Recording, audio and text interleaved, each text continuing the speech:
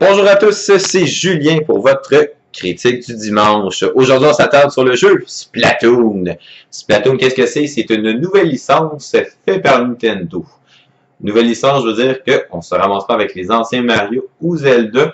C'est vraiment un tout nouveau concept que Nintendo a voulu incorporer dans le monde de Nintendo. Un petit peu plus de multijoueurs. Ça sent que Nintendo, c'est pas nécessairement leur force. Je vous cacherai pas qu'à la sortie de l'E3, moi, Splatoon, c'est un jeu que j'étais très sceptique à la base. Et Nintendo avait l'air à dire qu'il voulait vraiment prolonger le mouvement multijoueur. Sceptique de la chose, sachant que les derniers jeux Nintendo multijoueurs étaient pas terribles. On s'avance avec Splatoon qui est très, très addictif. On s'avance à des parties comme de 4 contre 4 qui sont vraiment de 3 à 5 minutes. Donc, on n'a pas le temps de se tanner. Vous allez voir que ça va très vite. Et dès qu'une partie termine, on a tendance à faire comme « Ah, ben, on va s'en faire une autre ». Et Splatoon, c'est ce qui crée son moment plaisant, en fait. Moi, c'est pour ça que j'ai vraiment accroché dans le concept. Aussi, Splatoon, ce n'est pas né que du multijoueur. Nintendo nous en avait pas trop parlé.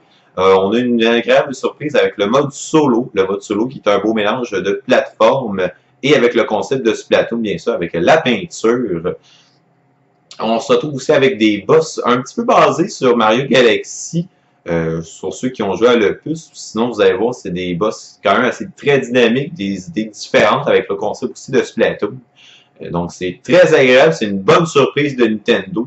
Nintendo, bien sûr, nouvelle licence, on en parle de nouveaux amiibo. Les amiibo, si vous ne savez pas ce que c'est, en fait, c'est des nouvelles petites figurines que Nintendo sort à l'occasion. Pas en grosse quantité, malheureusement.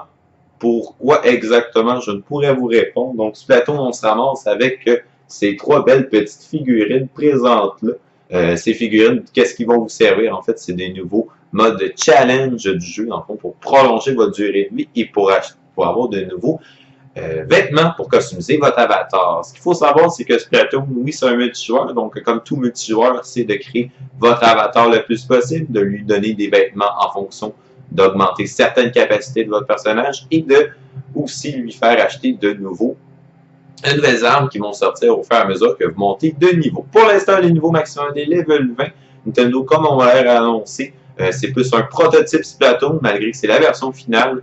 On sent sûrement éventuellement de nombreux DLC qui vont sortir et de nouvelles armes et j'en passe. Très bonne surprise, comme je dis, Splatoon, c'est très addictif, c'est très plaisant, ça s'attache à tous les âges, principalement les enfants, parce que Dieu sait que c'est coloré. Mais je vous cacherai pas qu'on se passe à tous les âges, même moi qui est devenu une de mes licences préférées de Nintendo.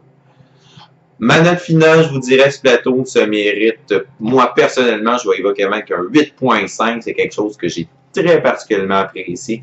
Par contre, si on suit vraiment au contenu du jeu, Splatoon se mérite sûrement un 7.5, malheureusement, dû à son manque un petit peu de contenu. Est-ce que ça va s'améliorer avec le temps? On le souhaite très fortement. Sur ce, moi, c'est ce qui m'a fait à ma chronique sur Splatoon. J'espère que vous avez bien apprécié. On vous invite toujours à nous suivre sur les critiques du dimanche sur la page Facebook et sur Twitter. Sur ce, moi, je vous dis ciao, salut à tous!